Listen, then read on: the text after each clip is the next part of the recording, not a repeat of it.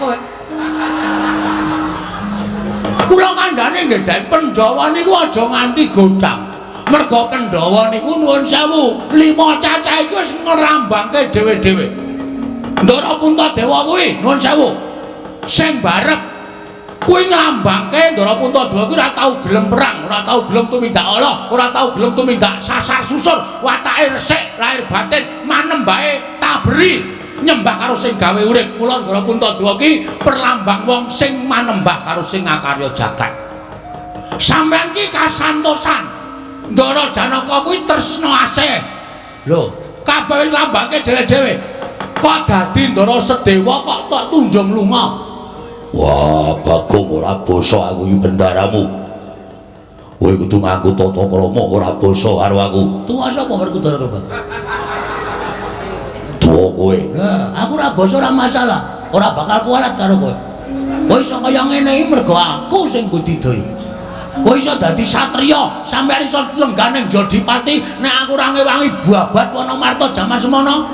Apa entuk Pandhawa negara Ngamarta? Kowe ngewangi apa? Kowe meneng wae cangkepe ra ngerti. Ora kowe iki ngewangi ora, kowe meneng. Meneng diem. Iya iya. Aku nek ngomong apa-apa kuwi pokoke ngiyoi. Yo yo. Ngono entuk didum wong loro. Apa-apa kok didum wong loro. Hah? Nek kanan kaya ngene sampeyan notohke nyawa. Nyawane sapa? Nyawane Semar. Nek ngono sampeyan seneng Semar mati, ha? Nek ngono sampeyan seneng Semar mati, ya. Sampeyan bunga Semar mati. Wah, Bagong. Hilang tata kramamu karo aku.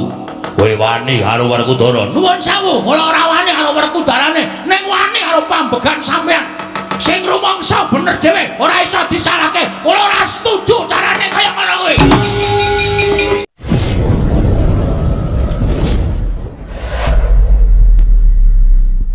Pancen bener.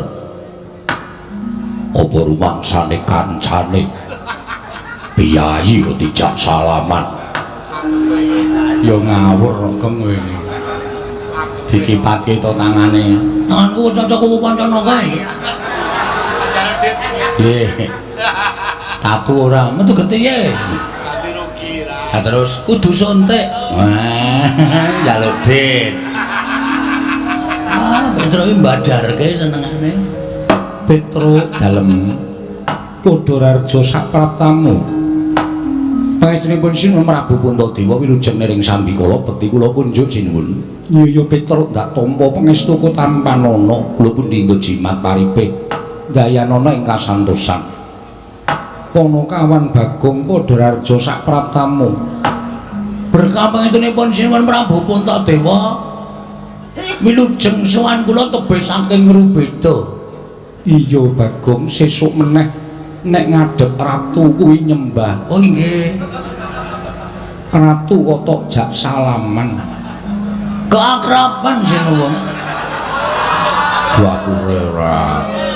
Njur anggepe ratu karo kowe iki derajate adoh kok akraban. Kowe dhewe kudu sadar mbiyen ki dadi ratu mergo tak coblos. Ha iya. Kudu merakyat dadi dijak salaman masyarakat ki aja lara ati. Aku ora lara ati Bagong mung tata Mudhar ora kowe. Tidak sekrup aku. kraton kok ana sekrup ora. Sesuk meneh aja ya Bagong. Nggih, mboten. Rarjo sapraptamu Wilujeng bekti kula sinuwun. Iya ya Bagong tak tampa pangestuku tanpa nono. Kula pun dinggo jimat paripe dayanana ing kasantosan. Petro slamet tekamu. Wilujeng den bekti kula kunjuk. Yo tak tampa pangestuku tanpa nono. Kula pun dinggo jimat paripe. Bagong slamet tekamu. Bagong slamet tekamu. Gong ora gawe masalah. Jak salaman ra gelem ya. Ya wong piyayi kok tok jak salaman ora gelem. Semaur sing apik. Mengetunipun Ndara Werkudara wilujeng bekti kula kunjuk. Yo penano. Pun penak.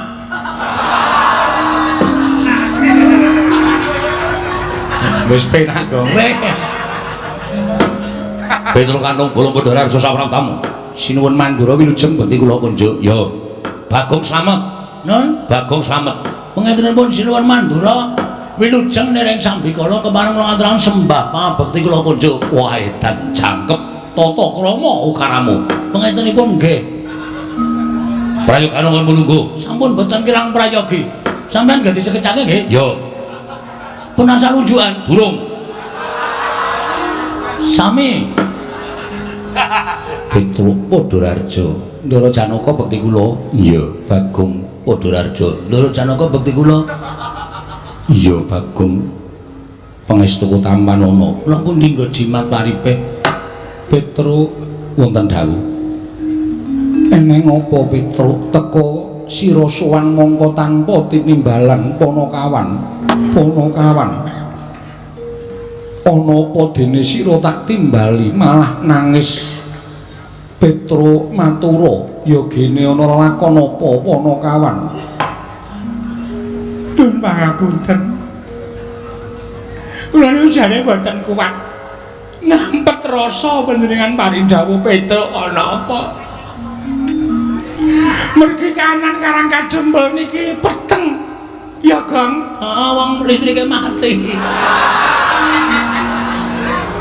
Wah, grentuk-entukan ratake kowe yakin. Ora mbantu kok.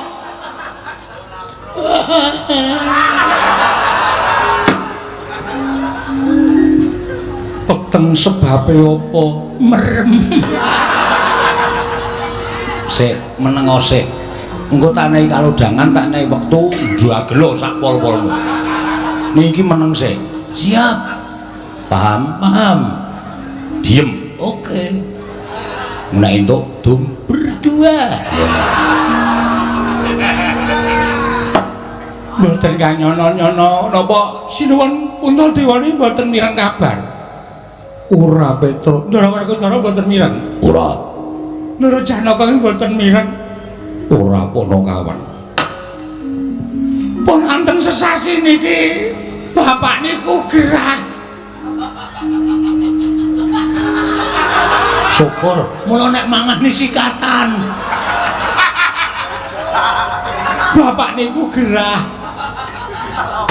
Pun bapak niku ora iso napa-napa ming nglekar teng amben. Nek didelok niku ragane kaya wis ora duwe nyawa ming mripate kedip. Pun bola-bali kula bali Bagong niku budidaya goleke tombo ning ora ana sing iso nambani karo bapak. Mula kula gentenan kalih Gareng kalih Bagong niku nunggu bapak. Bareng ngonten bapak niku dek malam Selasa kliwon niku. Tengah wengi niku dehem monggo biasane ngombe niku kudu diselang. Niki lho nek mboten percaya buktine Bagong niki sing sok nyelang. Maem ya wis ora iso, mimik ya wis ora iso.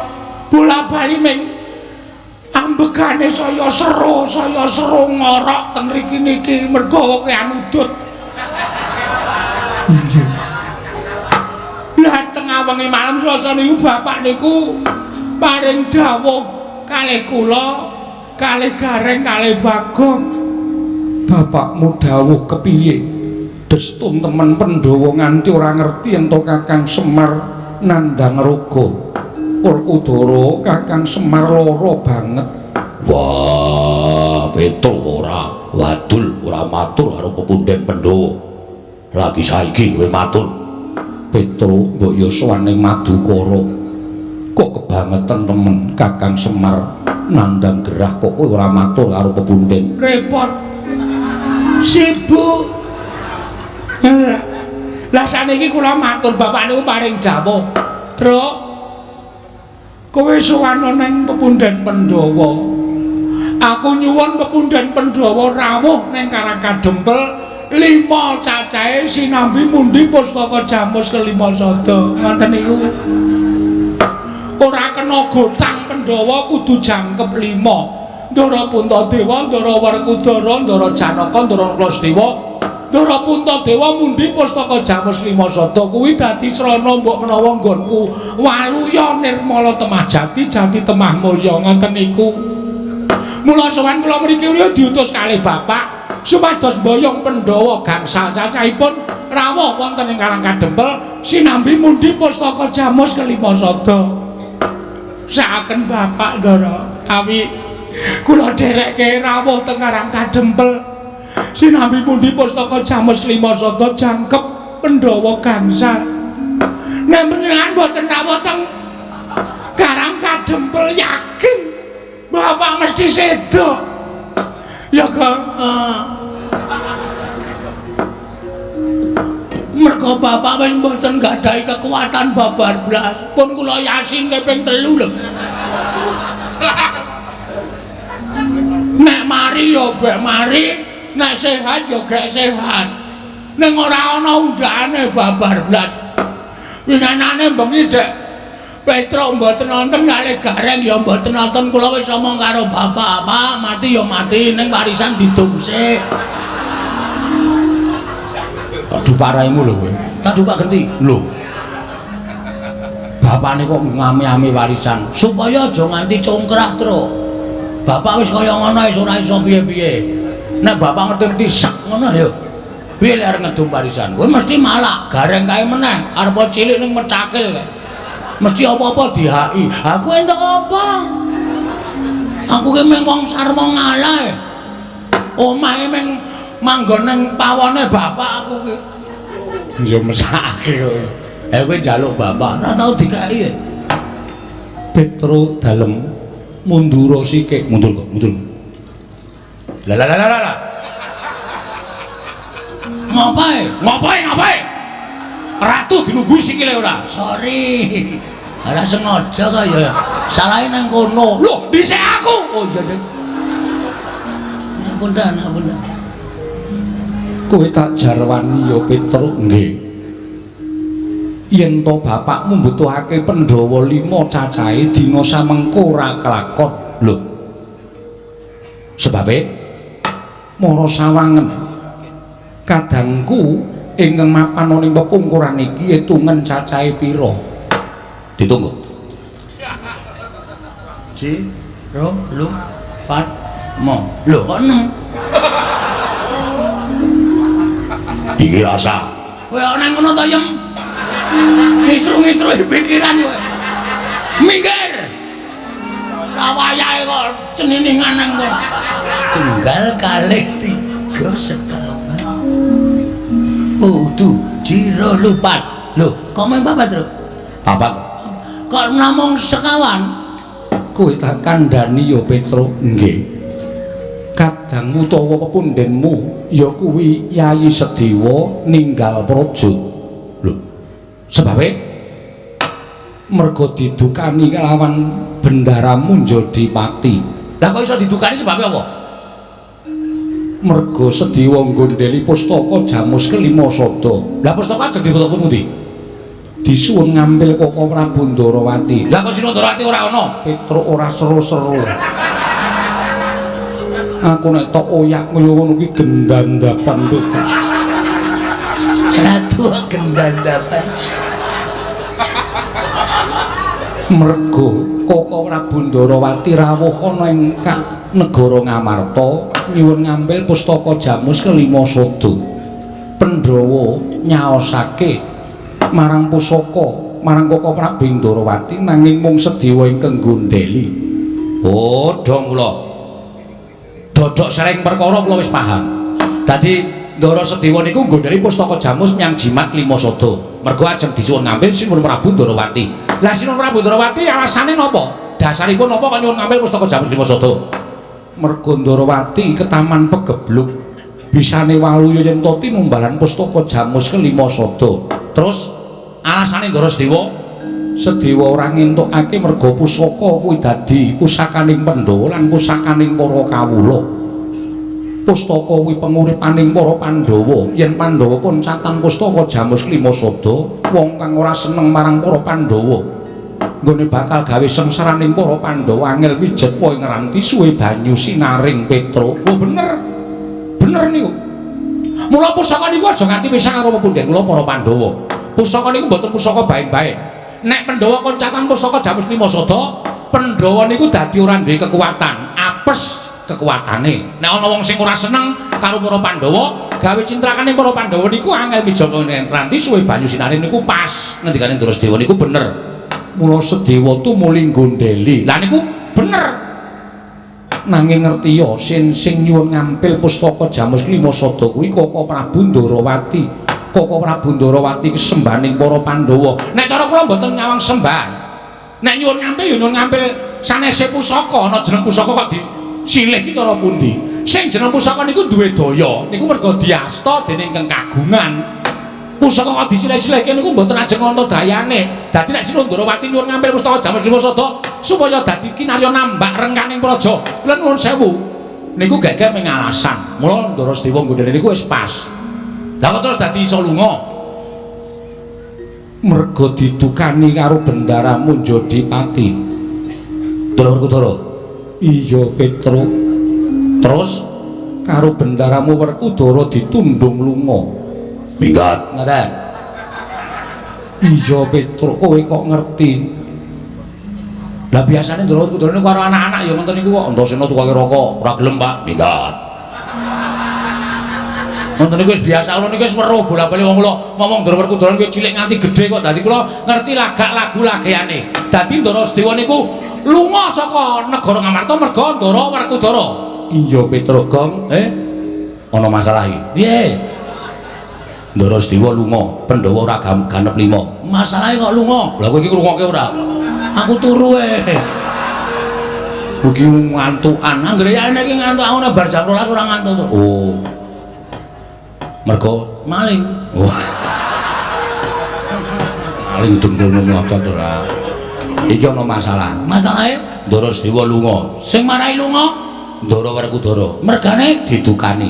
Masalahe Ndarasedewa iki nggodhani pustaka Jamus Lima Sada. Dis. Goblok banget ora. Aku wis omong akeh banget mau mbok ngrungokke. Aku makler.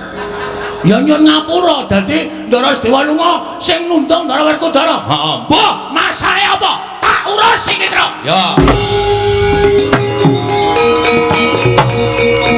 Mundur. Ya.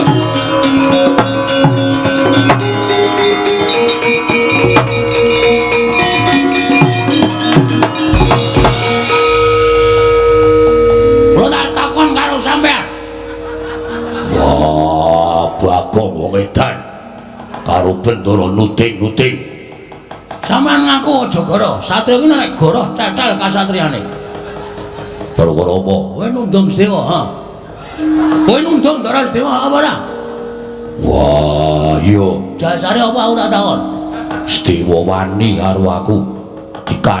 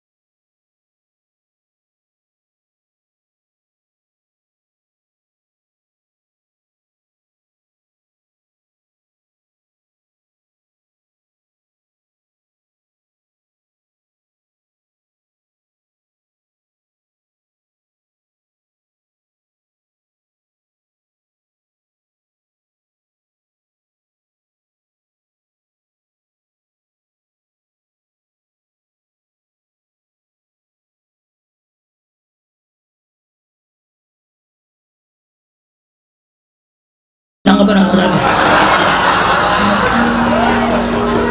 Ora kowe iki ngiwangi ora. Kowe meneng ah. Meneng diem. Iya iya. Aku nek ngomong apa-apa kuwi pokoke ngiyoi. Yo yo. Ngono entuk ditomong loro. Apa-apa kok didomong loro. Hah? Nek kanan kaya ngene sampean notohke nyawa. Nyawane sapa? Nyawane Semar. Nek ngono sampean seneng Semar mati, ha? Nek ngono sampean seneng Semar mati, ya. Sampean bunga Semar mati. Wah, Bagong. Hilang tata kramamu karo aku. Kowe wani karo Werkudara. Nuwun sewu, kula ora wani karo Werkudarane, ning wani karo pambegan sampean. Sing rumangsa bener dhewe, ora iso disalahke. Kula ora setuju carane kaya ngono kuwi.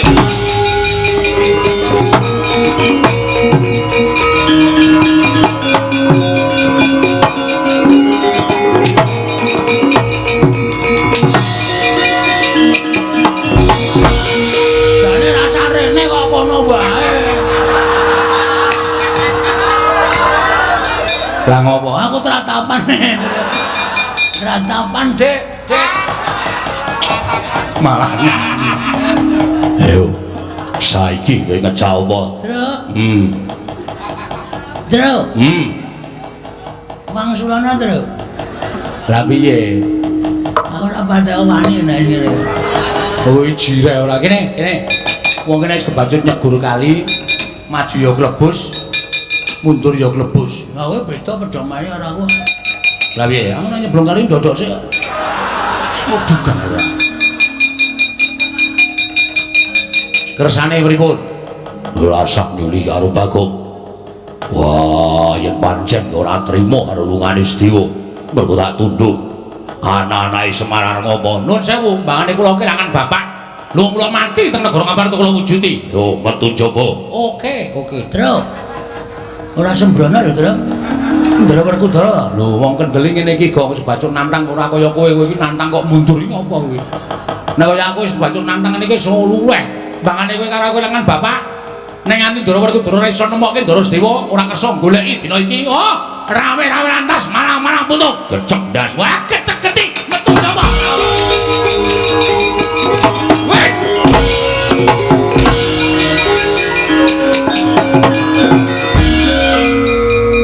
Nuwun sewu. Piye Bagong? Anane kedadian kaya ngene iki mau merga Kresna nuwun sewu Sundarawati nyilih pusaka jaman Klimasada. Iya. Sapa sing ngeterke tekan kene? Koko Prabu Ndarawati diderekke Koko Prabu Mandura. Nah, iki sumbering masalah. Hus. Ratu kok diu. Sampeyan sing ndereke Sundarawati. Yo. Sampeyan ngerti mboten Sundarawati niku tenan-tenan apa ora negara Ndarawati ketaman Pegebluk. Yai Prabu Kresna rawuh ana negara Mandura. Dheweke ngandhake karo aku matur karo anakku yen negara Ndarawati ketaman Pegebluk. Bisane walyana Remata Majati yen tinumbaran pustaka Jamus Miang Jimat Klimasada. Aku dadekke seksi supaya melu serane negara Ngamarta. Terus aku matur karo Nyai Prabu Darma Kusuma. Yen to para Pandhawa kudu ngelingi lelabuhane Nyai Prabu Kresna. Tumuli dadi geger iki mau. Ah, iki. Sak ngerti kula. Ndara Werkudara niku wonge angel nesu. Nek ora ana sing ngubup-ubupi, nek ora ana sing ngompori. Sapa sing ngompori Werkudara? Lho, aku ora. Ngaku wae. Ngaku wae. Glandang nenggala kowe. Hus. Kuwi nggonku. Aku njaluk. Lho. Nenggala dijaluk piye? Butuhe aku ora mengerti para kowe. Ya sampean kudu tanggung jawab. Sampeyan melu gawe masalah lungane Ndara Setiwa. Sampeyan ora gelem nemokke Ndara Setiwa. Kula sing ora trima. Lho, Kowe nantang Baladewa. Lho ora nantang. Meng kula kepengin sampeyan tanggung jawab. Tegese kowe nantang karo Baladewa. Kowe nantang karo Rata Mandura. Apa mbok ora wedi karo kowe ayo? Nanti mamane wong bondo itu metu coba lekane atiku. Rugi. Apa kuwi? Ngerkoso-ngerkoso kok tak njok. Rajos. Jiri. ora sakaken gelem tamukan ayo. Karepmu piye? Pokoke sampean gelem golek apa ora? Aku ora gelem golek. Ora gelem ora gulung kowe metu coba legane aku.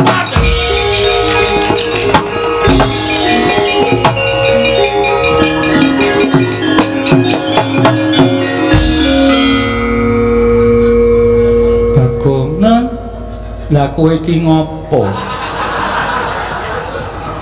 Nantang Koko Prabu metu saka Ndaturaya kok kowe malah begogo. Santai. Sing repot ra kono. Wong kene durung siap-siap kok kono yo mangkat yo saiki yo ndas lho ketinggalan kereta. Ora ono Baladewa kok nesune tentang kereta. Aku anggere mlebu nang kraton iki kabeh wis nganu apa jenenge njur do ngawur kata-katane. Kuntadewa barang kok tentang Yo sing gedhe pangapuramu. mboten menapa. Wis kono nek arep genahke perkara iki metu njaba. Sendika ngestaken dawuh nyuwun pamit. Nyuwun pamit madhal pasilan sinuwun. Sing ati-ati aja kaya bocah cilik. Nggih. Ndara Janaka kula mawon. Iya Bagong sing ati-ati. Aja kaya bocah cilik. Kuwi sing muni aku. Aja kaya bocah cilik. Nggih. Ndara nek kula mawon nggih. Iya Bagong sing ati-ati. Njaluk. Sing ati-ati nek sambi kula. Waduh, kok wolak-walik lho. Ya aku lunga ya. Inggih wis raken dawuh. Suwe banget ketemu karo kowe. Engko cipika-cipiki ya, Jam. Inggih. Ayo kangen no ya, inggih. WA-mu isih kae sing wingi to? Inggih. 081 125 250 375. Aku menghitung-hitungan. Inggih. Kuwi adimu kok? Inggih. Lemu banget. Oh ya aja sok salin nganggone adimu ya. Inggih. Sandangane aja sok ganti. Inggih. Nggone adimu ki nek tok nggo iso tok cantolke pundak ngene iki. Saking gedene. Ora tepung kok wis ngrasani pakaian dalem. Aku karepe dhewe. Aku kenal Nyun pamit sinuwun. Sing ati-ati aja kaya bocah cilik. Ngene nggih. Mergi nek nganti kula mboten ngelingke Petro nek pun suwah. Bebayane tenan, yakin sumpah. Mboten mantra-mantra wujude kono kawan. Mboten karo sapa-sapa ora wedi. Apa ya nggih? Dewe nganane malam Setu nika gelut kalih Bathara Narada. Lho. Perkarane apa Bagong? Susukan teng jero kotak.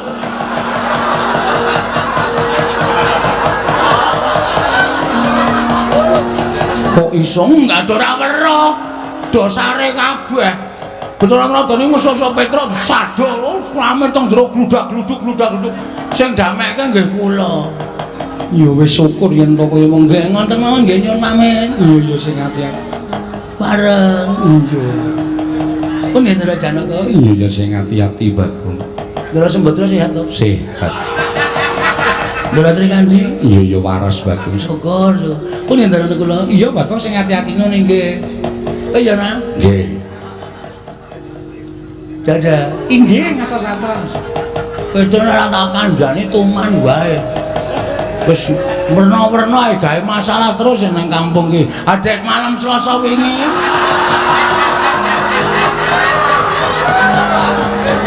Malam Selasa ngopo? Ora do ronda. Remi dolanan iku mengitungan kok kancane do ditempilingi. Nek boten kula pisah ajur sak kampung. Kula terus mlayu saka omah tak eleke, "Truk, iso meneng ora?" Langsung linggo. Petruk wedi karo kowe Gila. Oh. Nggih mun ngoten mawon nggih ngabari tok. Iya. Njing ampun gawe anu tatu atine Petruk. Iya Bagong. Nggih pareng. Iya. Monggo. Iya Bagong. Pun Ndara Janaka. Iya sing ati-ati. Ndara Abimanyu sehat to? Sehat. Ndara nek kula pamit. Iya sing ati-ati Bagong. Oh iya nak. Nggih sing ati-ati trewek wae. Tone modar kowe.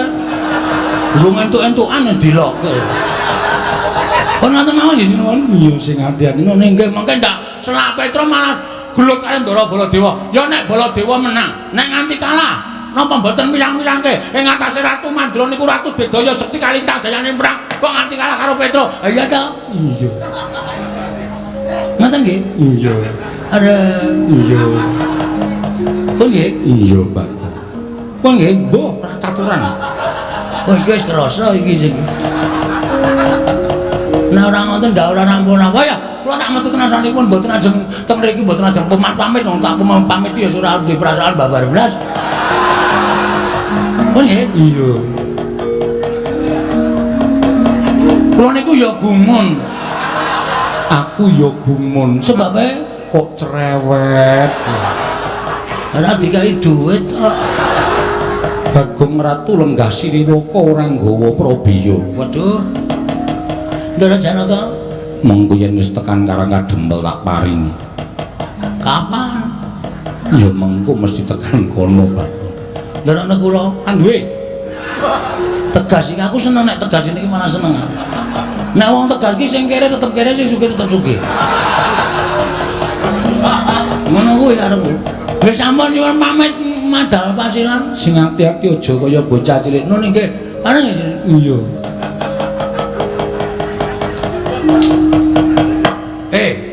Wonten dawuh. Pate lho kowe? Nggih. Andakawana? Inggih. Pangling kali kula ki ora Bagong. Ora. Sehat to? Nggih, pangestunipun waras. Godhe 300. Kangge menapa? Nek silise panjenengan menika ngambil darinipun kunduraken. Iki atas nama Sinuwun Puntadewa. Aku kok nilai kowe 300 sesuk le nyaur panjenengane. Menapa estu? Dipidana pati wae wae. Nggih. Monggo 300. Ah, ngono. Nek ra ngene ra entuk hasil aku. Janaka wonten dawuh. Tulung sawurna patih Handaka. Maju kene Dimas mustaken Joko. Ya Juma nang paring adang.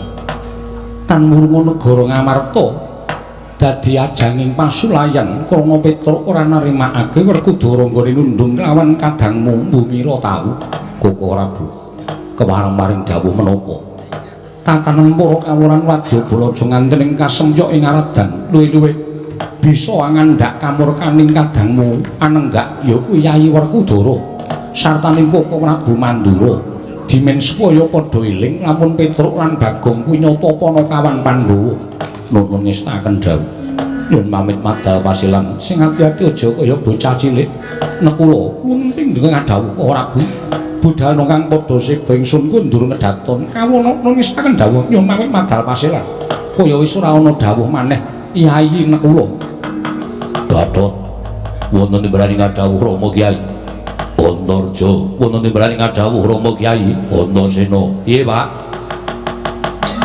anane kowe tak timbali supaya madhep ngarsane wong tuamu.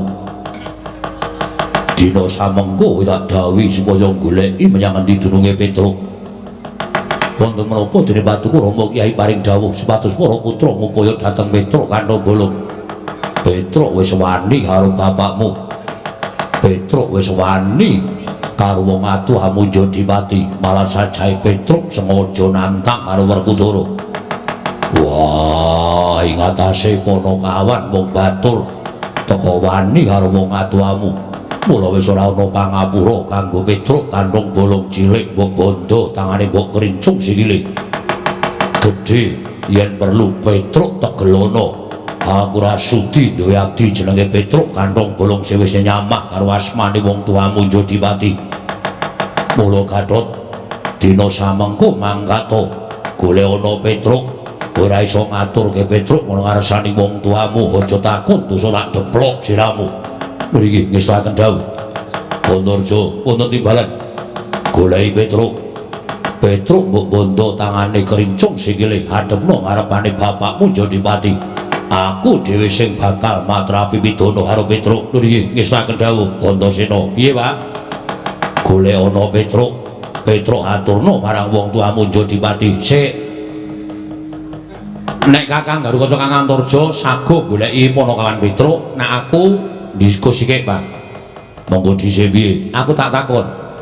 Mesti eneng perkara, mesti eneng sebabe kok nganti Petruk wani karo bapak. Nek ora ana perkarane tangeh Petruk wani karo bapak. Mergo aku ngerti watake Petruk iki. Petruk ki abdi sing setya bekti karo Bendoro, abdi sing bangun miturut karo Bendoro. Kok nganti Petruk wani karo bapak? Petruk belani makmu cilik Sedewa. Lho, ana perkara apa? Paman Sedewa, pamanmu Sedewa tak tundung minggat. Sebabe Kresna kakangku rawuh ning negara Ngamarta nyuwun ngampil pustaka Jamus Klimasada. Kinarya tumbal wadaling Projeng Ndrawati nggone ketaman Pegebluk. Kabeh sedulur Pandhawa wong tuamu wis maringake punta wakmu ing Mamarta, bapakmu aku, pamanmu Madukara lan pamanmu Nekula Sawujajar wis mangnyaosake pusaka marang Kresna kakangku ning merga saka gunemane makmu cilik Sedewa sing sajahe nglumputke karo Kresna kakangku gawe murkane bapakmu. Wekasan Sedewa tak tundung. Petruk sowan ngandhake Semar loro, monggo Pandhawa kon sowan ning Karang Kadempel 5 cacahe. Gandeng Sedewa ora ana. Petruk muring-muring. Petruk nesu karo aku, Petruk ngundhamana karo Werkudara bapakmu. Mula kuwi perkarane Petruk wani karo aku. Cekelen Petruk ora iso nyekel, Petruk tak depok sirahmu Antasena. Sik, Pak.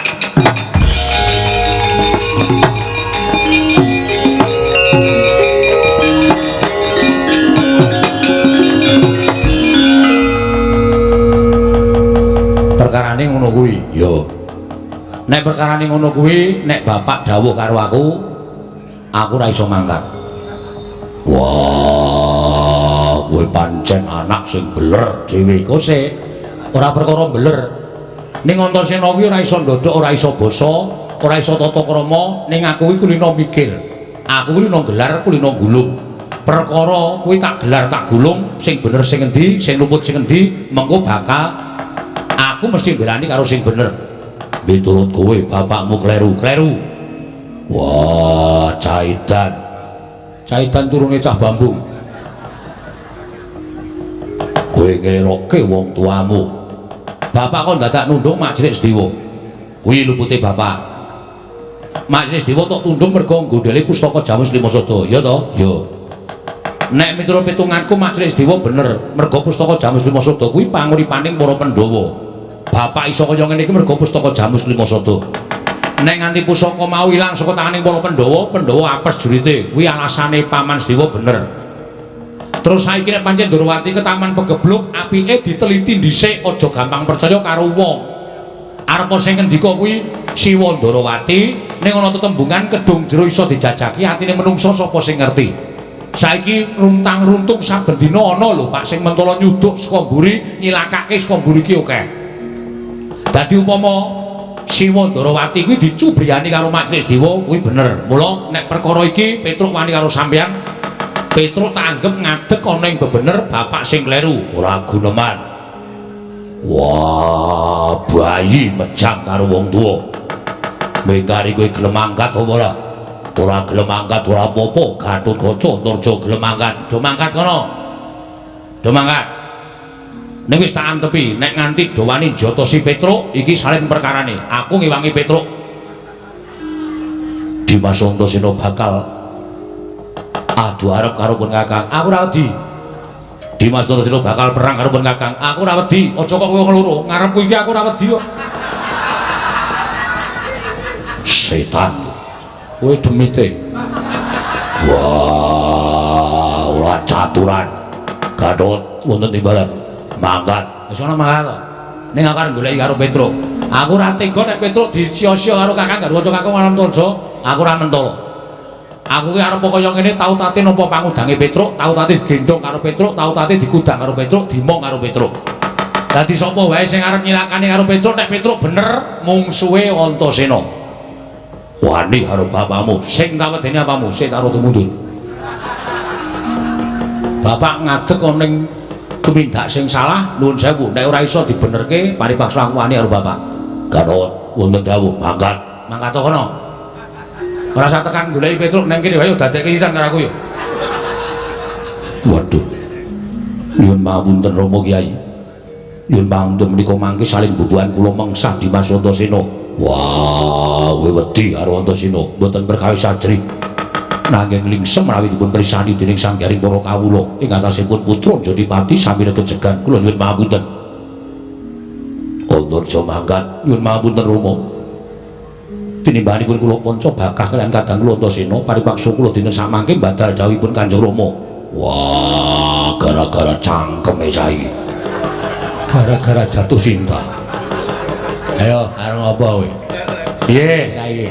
Iki iki ya do manut karo aku mergo iki ya pancen mikir tenan nek musuh karo Petruk. Kono jajal. Aku rasane wangi Petruk wis, Kang.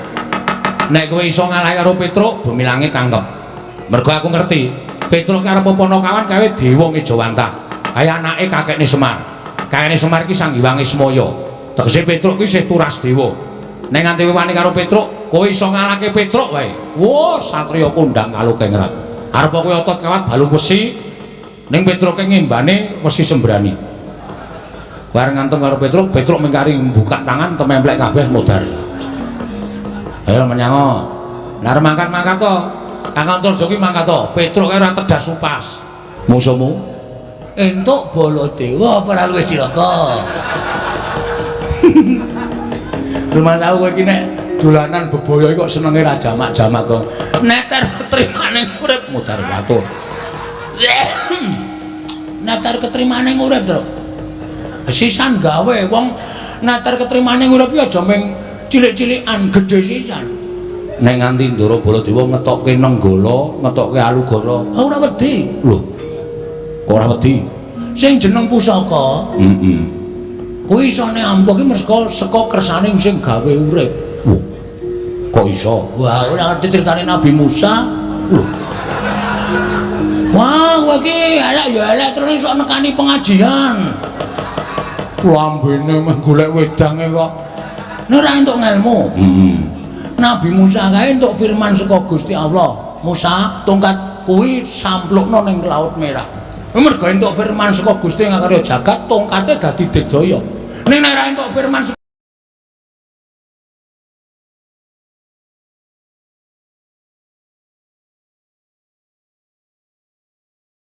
gawe urip lan digunakake tumindak sing ora prayoga. Ora iki tenan iki. Nek ditamake aku karo kowe, monggo kowe karo aku iki wong ora tumindak luput. Yakin to? Wis to, percaya, mesti modar. Omonganmu ora ketemu gugur. Ora bakal temomo, wis to, yakin. Iki cilaka ya awak dhewe. Melayu ayo kok mulai yo. Mulai piye? Mulai neng nganti mulih neng Karangkadempel matur karo bapak. Nek Pandhawa 5 ora tekan Karangkadempel. Kowe seneng nek bapak terus mencicil, ha? Puas kowe. Kowe anak model piye kaya ngono? Bapak ngrungokke omonganmu, piye Petruk? Pak, Pandhawa lunga siji Ndara Sedewa. Dadi Pandhawa ming papat tur pustaka Jamur Srimasada diasta sinuwun Ndarawati. Gluduk. Pengumuman berita lelayu. Puas kowe, ha. Arep ngame-ame warisane bapak kowe. Ora lah diar kon piye, maju ya mutar, mundur ya kelangan wong tuwa. Nek cara aku ya, Truk. Tinimbangane mulih kelangan bapak, luwung nang kene dadi bledok. Sidede belegobodobo. Si blegodobo, sidede belegodobo. Angel kata-katane. Ngono wae. Wis dieklaske. Mati ya iso wong urip ya dinteni apa? Kejaba ming modar ta. Kowe karo aku ki ming ngenteni urutan. Heeh. Saiki mati sesuk ya mati. Wis dilakoni. sing mungsuh Ndara Werkudara Kowe. oke sing musuh Ndara Baladewa Kowe. sik Iki wong loro. Ha iya. Lah sing mulih aku musuh Ndara Werkudara, kowe sing musuh Ndara Baladewa, kowe. Lah kowe ngopo? Aku ora wani kabeh. Ora wani kabeh ora. Apike kleru lek nata wayang iki kudune nang kene. gadakan. Mulang-malih kowe. Nek carane ketoprake metune saka kene ora saka kene. Duduk ngono kok duduk saka kene ya ora apik. Ngono kok kon ngekeki kamar hotel.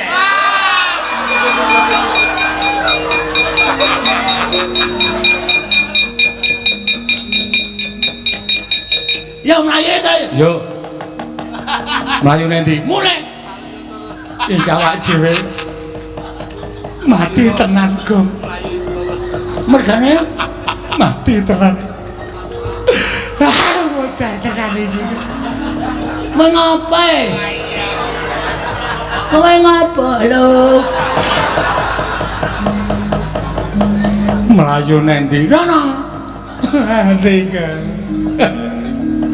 Ora ngono nek nasibe awake dhewe kaya ngene. Ngapa jane mbok terus terang? Nek kira-kira uripku Dara iki ngandhake anak-anake. Giatut kaca Antasena. Terus kon nyebar golek awake dhewe ora usah wedi to. Kowe mungsuh wong tuane. Gatot kaca Antasena tetekane untune. Mbok cangkeme sing apik, Gong. Ngapa? Ora ana wonge kok. Santai wae. Nek ana wonge aku ya ora wani berkata seperti itu. Wong basa Indonesia ora terus berkata seperti itu. Berkata seperti itu maksudnya. Wani tenan. Wani. Nek umpama Duragarkaca tekan kene, Duragarkaca senengane nguntir sirah. Aku ya kondang nguntir bayar. Ndara Antarja nyembur, Aku ya kulino nyembur. Ndara Antasena Kae wong kocluk. Anak Werkudara sing ora duwe sopan santun, ora duwe tata krama, wani karo wong tuane iki sing Antasena. Antasena. Nek tekan kene Tandangane padha-padha lepethok. kowe mbiyen DSD dilatih baris ora? Oh iya. Pandu kowe. Hus. Pandu ki bapakne Pandhawa. Anu maksude pramuka lho. Sadurunge penggalang Pandu. Iso baris. so. Sep.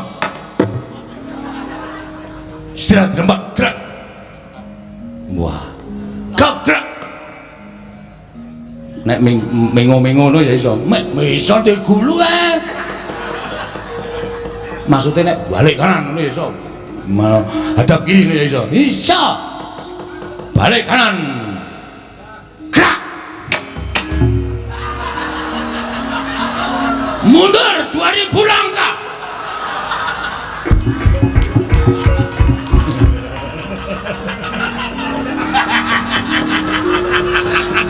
Hei, srene. Aku nang kene wae, Tru. Kowe kire kok kowe. Ngapa ora ngandani? Aku nek kowe wedi seneng e, Gong. Raimu pucet matamu. Konangan Dene. Ndara Antasena ora apa-apa. Asemi. Apike njuk ngapura. Ngapura nggih, Den. Ora apa-apa wong aku kucluk tenan kok. Dar. Nek Bagong karo Antasena padha-padha lepethok ha to. Guyon lah. Ciluba. Wes wong tuwa kok dicilubah ya. Gong, Nun, Tru, Nun. Aku ngerti kowe keweden to? Nggih. Mergo doyak bapak. Nggih. Bagong doyak sapa? polisi. Anu nomor Baladewa. Siwa Mandura. Nggih. Lah ngopo? Tak tantang cah kendele. Terus Metu njaba rame banget. Rika Bagong pangan mendi minggat dhewe. Kula aling-aling bakul dawet. Terus melipir lunga kula. terus tekan kene iki. Lah kuwi mau diundang bapak. Bu, timbali Kang Rama. Heeh. Kon goleki kuwi karo Bagong. Kon bonto tani kon ngrincung sikile. Mudhar ora kuwi tekan kene. Ngopo mundur? Terus sampean wangsulan pripun? Aku njaluk keterangan karo bapak. Jane eneng apa to Pak? Bapak cerita nana bla bla bla bla bla. Saiki iki ngono kuwi, Tru. Ora gelem jelaske mung bla bla bla bla bla. Kuwi kudu wis paham. Ya, Pun ngerti ceritane. wis terus aku ngluputke bapak. Kakang Garwo Kakang Turjo sing maune arep mbondo kowe ora sida mangkat. Wo telat. Ora. Ora sida mangkat mergo bener ki omongane Antasena. Lah aku tekan kene iki wis sarujuk karo Kakang Garwo Kakang Turjo, aku arep ngewangi karo kowe. Tenana. Apa? Apa, Gong? Tenena. Tenane. Tenane. Tenan. Lahir batin. Lahir batin.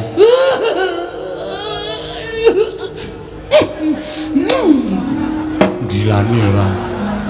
Wah iya. Ngambung kok karo delek. Kayak mau ora to idoke to. Ora tak nggo dolanan.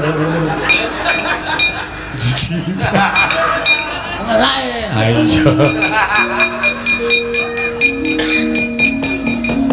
Terus carane Ngene, maju mengko nek kowe lara tak tambani nek mati tak uripke.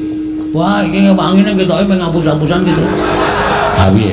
Ha iki kok kon maju ki nek lara tenan lha nambani nganggo apa? Mbok ora sok aneh-aneh. Kowe aja ngeyel kok tapuk rambemu lho. Ki, banyu sungut iki. Ki nek tak peres metu banyune iso nggo nambani wong lara, nggo nguripke wong tekaning pati sing durung winanci. Weh. Apik. Niku tukul napa karepe dhewe? Iki paringane Sang Hyang Baruna. Weh, bis. Bis dengkulmu mlocot. Baruna ki dewa. Sing iso liwat ngarep omahku ki Baruna jurusan Parangtritis. Gobloke ora.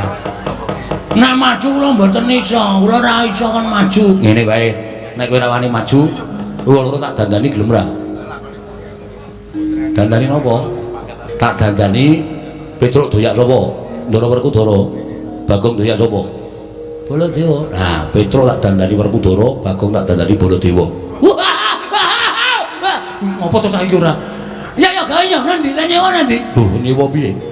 Sarana Cipta. Wala, lha tak ngundang Cipta bareng. Ora. Sarana Cipta ki tegese nganggo kebatinanku kowe iso wujud kaya ngono. Oh siap, siap. Urung mesti lho, aja dijupuk sik, urung mesti.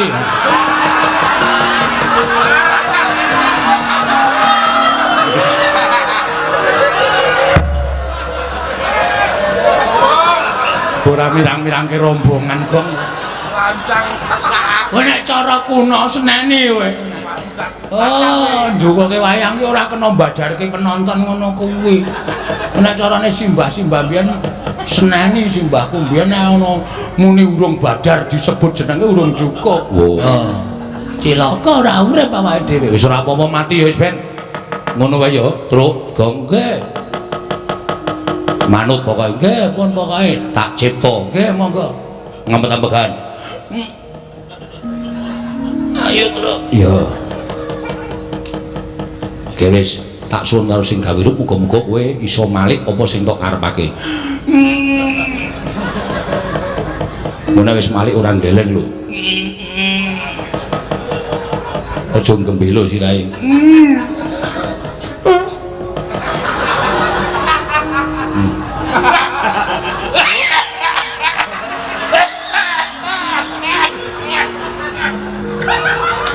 Cek sapa iki, Mas? Dekmu. Aku kok pangling ya. Karo saya dhewe kok lali. Wis suwe aku. Pangling aku. Wis ndak kok ki ngomong kok ndak malah ora rampung-rampung. Nggih. Tan samar pamoring sukma sinukmaya winaya ngesepi sumimpen telenging kalbu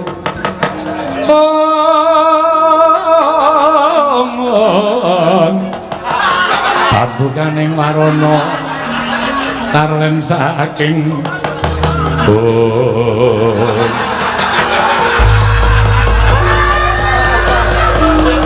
ical wujuding ora Bagong Miwah Ora Petruk.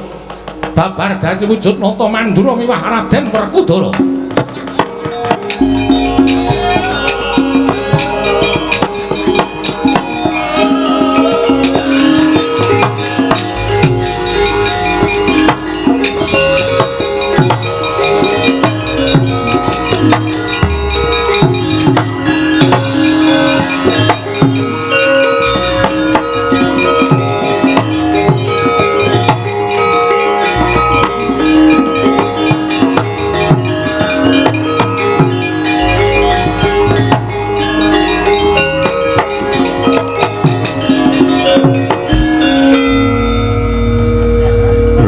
kleru. Tru, Nun. Gong, Nun. Waduh, lek ku maca mantran sajae kleru. Sing karepku dadi Baladewa iki Bagong, lah kok malah Baladewane Petruk. Pun mboten napa-napa sakanane mawon. Ora delunggung isara niki, Bapak Werkudara lugu dhuwur. Aku iki mari, Pak. Wis. Wis ora Bagong, wis ora Bagong kuwi to. Aku wis Baladewa iki lho, sandangane wis ketok kok. Wah, wangun lho kowe, Gong. Bapak Werkudara aja lungguh ngisor. Lho. Apa nganggo pecah bane? Werkudara iki nek apa mesti ngono kuwi. Oh, radong anake kok radong. Tengok mburi. Ngadeg ora aja tengok Werkudara iki ra iso tengok. Nggih. Wah, ya wangun-wangun dandananku. Wangun ning niki bakale mudhar kok. Aku mati ngopo? Lah nek Sinuwun Mandura ngerti tenan. Wah, iki aku medhek kaca, jejeki siramu iki. Iki.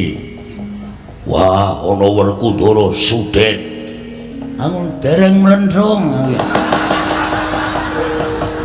Apa nek Suden kudu mlendrong apa? Ha kudu ora ketang sithik. Ana mlendrong ya nasib. Diapure ra. Rada maju to, nggih. Coba saiki aja nganti ketara tak tes.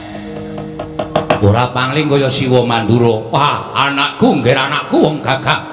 Antasena ya iki wakmu ing Mandura. Dadi ku katur Pakde pangestuku Tambanana ndak gegem dadekake jimat.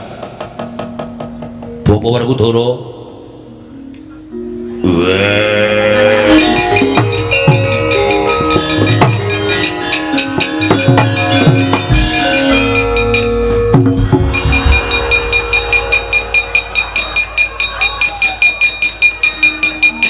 Bajigur kenangan.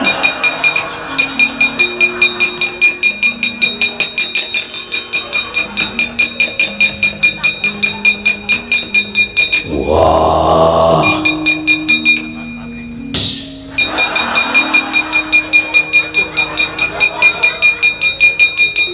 Soboy. Werkudara. Sadron Jodimati. Wah, kowe ngembari karo Werkudara. Jeleh urip. Wah, aku sok jeleh sok ora. Karepmu piye? Wah, setan. Kowe nyuwara sing suwe. Wah, iya. Ayo kowe tutu Werkudara. Aku Werkudara, tutu Werkudara. Wah, edan.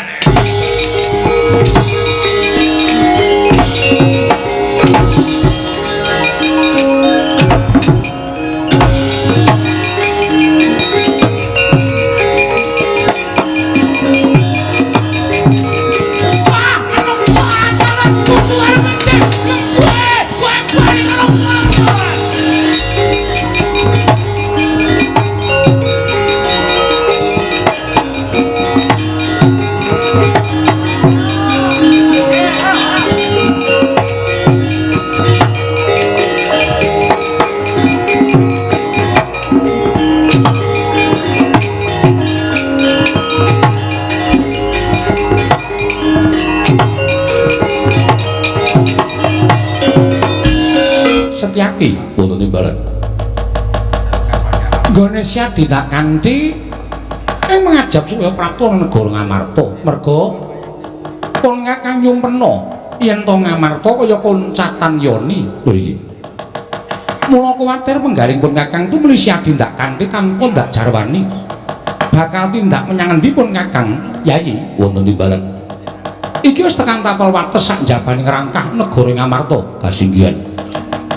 Lah kok tak ora mati ndugamana kae ana ing kadohan bledhog mangampak-ampak lebur kasaputing angin. Tak kira kerai banteng karo macan. Lah kok jebul ora paling iki malah ana kaelokaning jagat lelakon sing edapi-dapi. Wonten menapa Prabu? Tak sawang kok Prabu Mandura kok padha gelut karo kok Prabu Mandura. Lah kok kae malah Werkudara ya gelut karo Werkudara. Kae iki lelakon apa Setyaki? Wonten pundi? Mula to kae sawangan.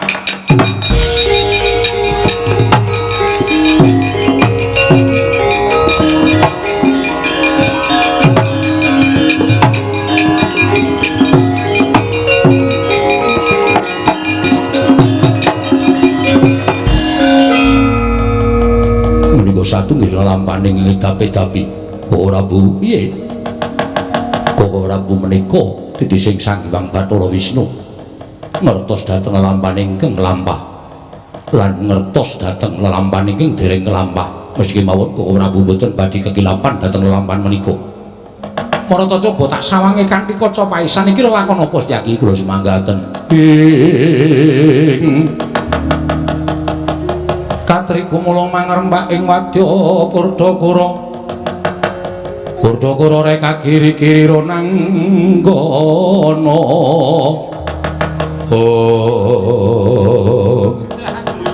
jagat Dewa Bathara ya jagat pangestuwara kon menapa kok gumujeng lah bareng tak wis padhake Koko Prabu Mandura kae kancen perang andon pupuh karo sawijining nalindra ingkang citrane kang prabéda Koko Prabu Mandura iya ngerti ora kae sapa sinten Petruk to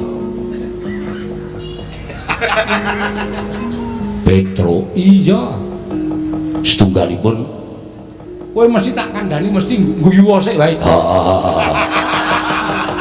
urung dikandhani kok wis guyu mergo nek tak kandhani kowe mesti kaya maido sebabipun Werkudara do gelut kae sing siji Werkudara tenan sing siji kae ora coba ngerti ora mboten ngertos mbaya dikulinake ngasah lan tiping batin ngerti ora mboten dipun paksa iki mboten saged kae Bagong lho kok saged sami wujud kados mekaten merga ana sing dandani anakku ngrandu gumbala kabeh lakon mau cetha ning kaca paisan ora Bu mangke mindak keling seman lah iki ana ing kene tuh tandha pitakon ing pun Kakang lah kok dadi padha regejegan punakawan karo Bendara iki eneng lakon apa ning negara Ngamarta sairipun kados pundi ngene wae aku tak misah Werkudara kowe misah Baladewa oh iya sing Baladewa sing dudu sejati ana ing sisih tengen oh iki